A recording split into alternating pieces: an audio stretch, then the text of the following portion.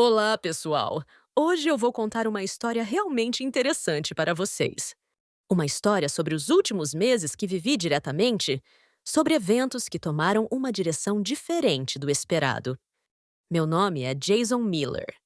Trabalho há 15 anos no Instituto de Políticas Comerciais de Washington, analisando a economia sul-americana.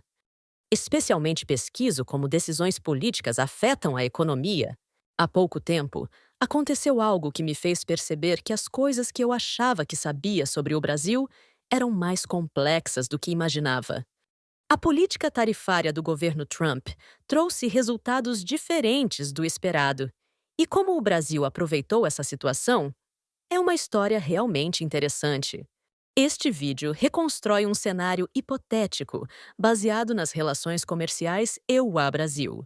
Os eventos específicos apresentados são ficcionais e não têm relação com fatos reais. Este vídeo foi produzido para destacar a importância da estratégia comercial do Brasil. A história que vou contar agora é baseada no que experimentei como pesquisador e em materiais públicos. No início, pensei que fosse apenas uma mudança simples de política comercial, mas depois vi que havia vários fatores complexos envolvidos. Pessoal, para ser sincero, eu não via o Brasil como um país que executava estratégias tão complexas. Por 15 anos escrevendo relatórios, sempre abordei principalmente da perspectiva de uma economia sul-americana centrada na exportação de matérias-primas. Mas em agosto passado a situação mudou. O governo Trump anunciou tarifas de 40% a 50% sobre aço e alumínio brasileiros. Na época eu previ: o Brasil vai ter dificuldades, mas no final vai vir para a mesa de negociações. Os colegas pensavam parecido. Andrew, no Instituto, disse: Jason, o Brasil não vai acabar adotando uma postura mais flexível? Eu concordei. O presidente Lula também vai buscar uma solução realista. Mas algumas semanas depois, mudanças interessantes começaram a aparecer. Esperávamos que as tarifas causassem impacto na economia brasileira, mas na realidade o Brasil estava se movendo em outra direção. Começou a surgir a sensação de que estávamos negligenciando algo. Um dia, chegou um relatório interessante ao Instituto. Vendo o conteúdo, fiquei realmente surpreso. O Brasil registrou um superávit considerável no comércio com os Eti nos últimos 15 anos. Perguntei à colega Sara.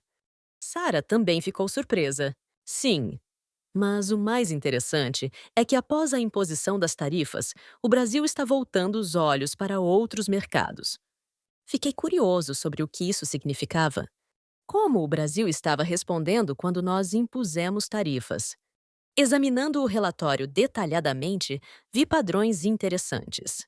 O Brasil estava aumentando as exportações de produtos agrícolas para o mercado chinês e fortalecendo as relações comerciais com o México.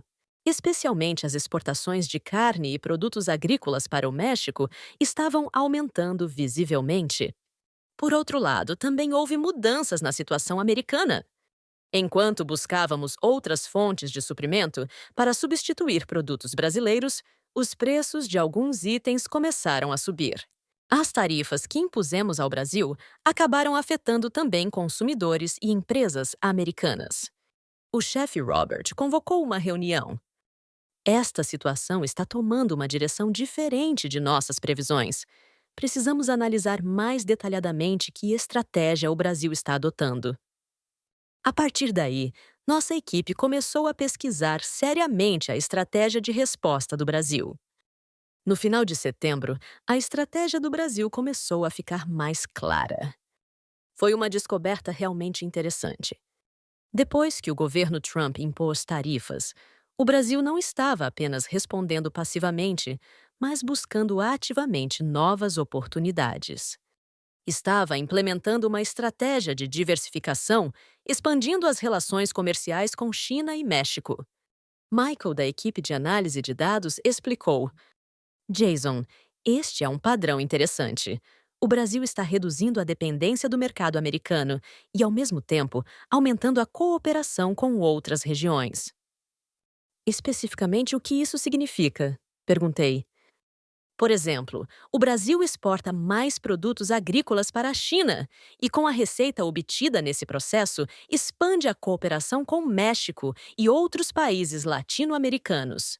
Está criando uma estrutura onde cada país participante pode aproveitar suas vantagens. Então percebi, minha perspectiva de ver o Brasil apenas como um exportador de matérias-primas era muito limitada. O Brasil já estava desempenhando o papel de um importante hub econômico regional e também servindo como ponte conectando Ásia e América do Norte. O mais interessante é que essas mudanças estavam se acelerando ainda mais com as tarifas que impusemos. Resultou involuntariamente em promover a diversificação econômica do Brasil. E no final de outubro, chegou um momento realmente importante. O presidente Trump e o presidente Lula se encontraram diretamente na cúpula da ASEAN, realizada em Kuala Lumpur, Malásia. Recebi a missão de analisar esta reunião e viajei a serviço para Kuala Lumpur. Na verdade, esta reunião em si foi algo bastante significativo. Era uma situação onde os líderes máximos conversariam diretamente num momento de tensões comerciais elevadas entre os dois países. O que observei na reunião foi uma cena realmente interessante. O presidente Trump iniciou a conversa primeiro. Lula, vamos resolver o problema numa direção que ajude ambos os países. Mostrou vontade de uma abordagem prática. Então, o presidente Lula deu uma resposta impressionante. Donald, sempre prefiro soluções realistas. Seria bom abordar questões políticas e cooperação econômica separadamente. Somos parceiros importantes um para o outro. Mas o realmente interessante foi o que veio depois. O presidente Lula apresentou planos específicos de cooperação. Donald, o que propomos é isto. Enquanto resolvemos gradualmente a questão tarifária, simultaneamente expandimos novas áreas de cooperação entre os dois países. O Brasil pode ser um bom parceiro conectando Ásia e América Latina. Em seguida, mencionou também números práticos. Através da estrutura de cooperação que idealizamos, será possível um comércio de escala considerável que beneficie ambos os países. O presidente Trump também pareceu interessado. Especificamente de que forma? As tarifas seriam ajustadas gradualmente, mas de agora em diante, vamos abordar questões comerciais de uma perspectiva econômica, não como ferramenta política. Naquele momento, senti que estava presenciando um ponto de virada importante. Não era uma simples negociação. O presidente Lula estava transmitindo a mensagem de que cooperação é mais benéfica para todos do que confronto. No dia seguinte à reunião, tive a sorte de conversar com um funcionário econômico do lado brasileiro. Era Carlos, um especialista em economia internacional com experiências diversas. Carlos, tenho curiosidade sobre o contexto que levou o Brasil a adotar essa estratégia. Perguntei francamente. Ele tomou um gole de café e respondeu: Jason, para ser sincero, a imposição de tarifas pelos SEWATs se tornou uma oportunidade para nós. Uma oportunidade? Fiz uma expressão de surpresa. Sim, já estávamos considerando uma estratégia de diversificação econômica há alguns anos. Reconhecíamos os riscos de uma estrutura dependente de apenas um país. A mudança de política americana forneceu justificativa para executarmos esse plano. Foi uma perspectiva realmente interessante. Então a estratégia de diversificação já estava preparada? Em certa medida, sim. Já vínhamos aumentando o comércio de produtos agrícolas com a China e explorávamos métodos de cooperação com o México e outros países latino-americanos. Esta situação se tornou um catalisador para acelerar esses planos. Mas como vêm as relações com os EUAIAs? Perguntei. Carlos sorriu e respondeu: Jason, isto não é um jogo de soma zero. Não vemos os Exercícia como competidor ou país hostil. Por isso, ontem, o presidente Lula propôs cooperação ao presidente Trump.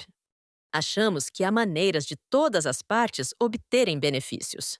Carlos acrescentou: Não vimos isto como conflito ou confronto, vimos como nova oportunidade. Pensamos que os Ecoutier também acabarão reconhecendo que a cooperação conosco é benéfica. Naquele momento percebi. O Brasil não estava simplesmente respondendo a uma disputa comercial, mas executando uma estratégia num quadro muito maior. No caminho de volta ao hotel após terminar a experiência em Kuala Lumpur, tive um momento realmente impressionante. Num café, ouvi por acaso a funcionária comercial mexicana, Maria, e o analista econômico chinês, Dr. Li, conversando sobre a abordagem do Brasil. A abordagem do Brasil é realmente impressionante, disse Maria. Nós, mexicanos, também dependíamos muito do mercado norte-americano, mas, através da cooperação com o Brasil, estamos descobrindo novas possibilidades. Dr. Li assentiu com a cabeça. Do ponto de vista chinês também, o Brasil é um parceiro muito construtivo. Coopera de uma perspectiva puramente econômica, sem condições políticas. Mas o mais impressionante, Maria acrescentou, é que o Brasil não é hostil aos eletrofícios em todo esse processo. Viram a proposta do presidente Lula ontem? Foi uma abordagem realmente madura. Ouvindo essa conversa, tive muitos pensamentos. Percebi como minhas análises dos últimos 15 anos foram unidimensionais. Brasil é economia dependente de matérias-primas, instabilidade política. Como foi superficial categorizar com esses conceitos simples? O Brasil já se tornara um importante hub econômico regional. Estava desempenhando um papel central conectando Ásia, América do Norte e América Latina. E o mais surpreendente é que estava fazendo tudo isso de uma perspectiva de cooperação, não de confronto. Voltando ao quarto do hotel, senti que havia aprendido muito. Percebi profundamente como estive preso a uma perspectiva americano-cêntrica por 15 anos, como subestimei o pensamento estratégico de outros países. Naquela noite, liguei para minha esposa. Querida, estou realmente aprendendo muito, disse com sinceridade. O que você aprendeu? Ela perguntou com interesse. Percebi que minha perspectiva sobre o Brasil era muito estreita. Este país tem um pensamento muito mais complexo e estratégico. Passei a valorizar muito aquele momento. Foi uma oportunidade de reexaminar os preconceitos que tinha dentro de mim. Voltando de Kuala Lumpur, analisei de forma abrangente os dados e experiências dos últimos meses. E cheguei a algumas conclusões interessantes. A política tarifária americana seguiu numa direção diferente dos resultados pretendidos. Pensando bem, impor tarifas altas a um país que já registrava superávit comercial considerável estava mais próximo de julgamento político do que lógica econômica. Como resultado, as tarifas fizeram o Brasil desenvolver ativamente outros mercados e, nesse processo, conseguiu construir uma rede comercial mais diversa e estável. Saiu de uma estrutura dependente de um país e alcançou diversificação global. O mais interessante é que, neste processo, houve casos do Brasil conseguir melhores condições em outros mercados. Conforme a demanda por produtos brasileiros aumentou na China e México, o poder de negociação também cresceu. O colega Andrew disse com amargura. No final, acabamos ajudando a diversificação econômica do Brasil. Em certo sentido, estava certo. Involuntariamente, fornecemos uma oportunidade para o Brasil ter uma estrutura econômica mais independente e diversificada. Mas, do ponto de vista de analista econômico, essa mudança não traz apenas prejuízos para todos. A longo prazo, pode aumentar a eficiência geral através da cooperação e competição de vários países no comércio global. Apenas as partes acostumadas com a estrutura existente precisarão de adaptação durante o período de transição. Os consumidores americanos experimentando aumento de preços em alguns itens e indústrias relacionadas tendo que buscar novas fontes de suprimento são exemplos disso. O que foi realmente impressionante foi a abordagem do presidente Lula. Na reunião com o presidente Trump, não mencionou absolutamente questões do ex-presidente Bolsonaro ou outras disputas políticas. Concentrou-se apenas na cooperação econômica e soluções práticas. Carlos explicou depois. Jason, no Brasil temos uma expressão jogo bonito. Significa jogo belo. É a filosofia de buscar uma forma que todos possam ficar satisfeitos, em vez de dominar completamente o adversário. Isso se aplica também à diplomacia? Perguntei. Exatamente isso. O presidente Lula prefere uma forma onde o adversário também mantenha a dignidade enquanto ambos obtêm benefícios, em vez de colocar o adversário em dificuldades. Esse é justamente o pragmatismo brasileiro. A abordagem do presidente Lula de separar questões políticas e cooperação econômica foi realmente sábia. Quando o presidente Trump tentou várias pressões, o presidente Lula manteve consistentemente a mensagem: somos parceiros econômicos importantes um para o outro. E o desempenho econômico do Brasil mostrou a eficácia dessa estratégia. Tive a impressão de que o presidente Lula não é simplesmente um político de um país, mas um líder que apresenta uma visão econômica para toda a América Latina. Outra mudança interessante foi o papel do México. Enquanto os Irmãos aumentaram a pressão sobre o México, paradoxalmente resultou no México se aproximar mais do Brasil. O México agora se tornou um importante consumidor de produtos brasileiros e, ao mesmo tempo, desempenha o papel de canal para produtos brasileiros entrarem no mercado norte-americano. A política americana teve o efeito não intencional de promover a cooperação entre México e Brasil. Vendo as estatísticas comerciais, é realmente interessante. O comércio Brasil-México aumentou consideravelmente. Os EUA pressionaram o México para conter o Brasil, mas, como resultado, os dois países formaram uma relação de cooperação mais estreita. E outro beneficiário foi a China. Enquanto os POA se distanciavam do Brasil, a China desenvolveu ainda mais as relações com o Brasil. O aumento das exportações de produtos agrícolas brasileiros para a China não foi apenas números. Significou que os dois países consolidaram ainda mais a parceria estratégica. O mais notável é que a China começou a mostrar interesse também pelos produtos de alto valor agregado do Brasil. Anteriormente, eram principalmente matérias-primas, mas agora estão expandindo a faixa de importação para alimentos processados e produtos manufaturados. Voltando para casa e conversando com minha esposa, obtive uma percepção realmente essencial. Querido, então os SMTUA impuseram tarifas para objetivos políticos de curto prazo, mas o Brasil usou isso como oportunidade para estratégia econômica de longo prazo? Foi uma análise precisa. Enquanto a política protecionista americana se concentrou em efeitos de curto prazo, o Brasil usou isso como oportunidade para a diversificação da estrutura econômica. Mas, do ponto de vista de analista econômico, essa situação não traz apenas prejuízos para todos. A longo prazo, pode formar redes comerciais mais eficientes e diversas através da cooperação de vários países no comércio global. Apenas durante o período de transição, as partes acostumadas com a estrutura existente precisam pagar custos de adaptação. Consumidores americanos experimentando aumento de preços em alguns produtos e indústrias relacionadas tendo que buscar novas fontes de suprimento são situações assim. Olhando os últimos meses, uma coisa fica clara. Na economia global, cooperação multilateral traz resultados mais sustentáveis do que pressão unilateral. Como o Brasil mostrou, manter relações equilibradas com vários parceiros, sem depender excessivamente de um país, pode ser mais vantajoso em termos de estabilidade econômica. A abordagem pragmática apresentada pelo presidente Lula também acho que é um método adequado para a economia global do século XXI. Uma direção que prioriza benefícios econômicos práticos sobre ideologia política, cooperação sobre confronto.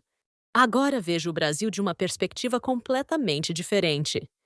Não como simples exportador de matérias-primas, mas como hub central da economia regional e importante elo de conexão da rede comercial global. A rede de cooperação que o Brasil construiu com China e México parece mostrar um novo modelo de cooperação econômica do século XXI, além de simples relações comerciais. Uma estrutura que forma relações mutuamente complementares com vários parceiros sem depender de país específico. E a filosofia diplomática do presidente Lula de separação de questões políticas e cooperação econômica, busca de soluções práticas onde todas as partes obtêm benefícios, acho que é uma abordagem que muitos outros países podem referenciar. Porém, como especialista econômico, gostaria de acrescentar uma coisa. Essas mudanças nem sempre serão tranquilas. O ambiente político-econômico global continua mudando e novos desafios e oportunidades continuarão aparecendo. 3 meses atrás eu pensava assim: Brasil pode ser visto como exportador de matérias-primas sul-americano. Mas agora penso assim: Brasil? Um país que executa estratégias econômicas realmente interessantes. Revendo as análises que escrevi por 15 anos, sinto muito remorso. Parece que coloquei o Brasil numa categoria muito simples e o vi assim.